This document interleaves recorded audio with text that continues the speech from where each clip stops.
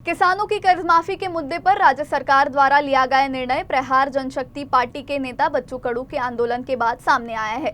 उप मुख्यमंत्री एकनाथ शिंदे ने स्पष्ट रूप से कहा है कि सरकार ने किसानों की समस्याओं को गंभीरता से लिया है और कर्ज माफी के फैसले का पूरा श्रेय बच्चू कडू को जाता है। बच्चे भाऊ, जय महाराष्ट्र, जय जवान जय किसान।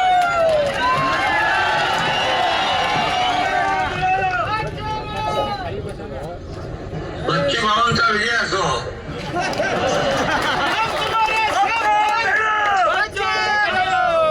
अरे बच्चे भाऊने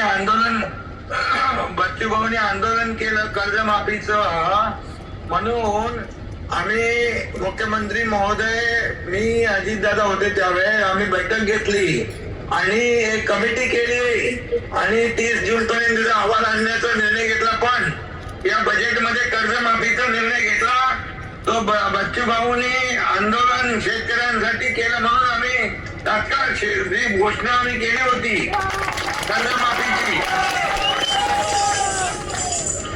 कर्जमाफीची घोषणा जी केली होती, वचन दिलं होतं निवडणूक पूर्व काळात, निवडणुकीच्या वेळेस ते आम्ही पूर्ण केलं। याचं श्रेय देखील बच्चू भाऊला जात आहे।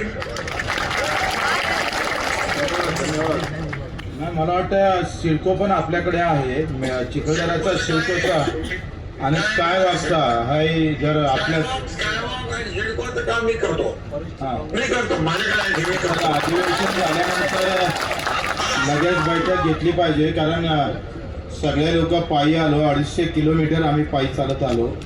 आमचा तुमच्यावर विश्वास आहे, कर्जमाफीची तुमची भूमिका या शेतकऱ्याच्या डोळ्यातली आसू पुसण्याची होती, पण आता मेळघाटचे पण आसू तुम्हाला पुसावं लागेल।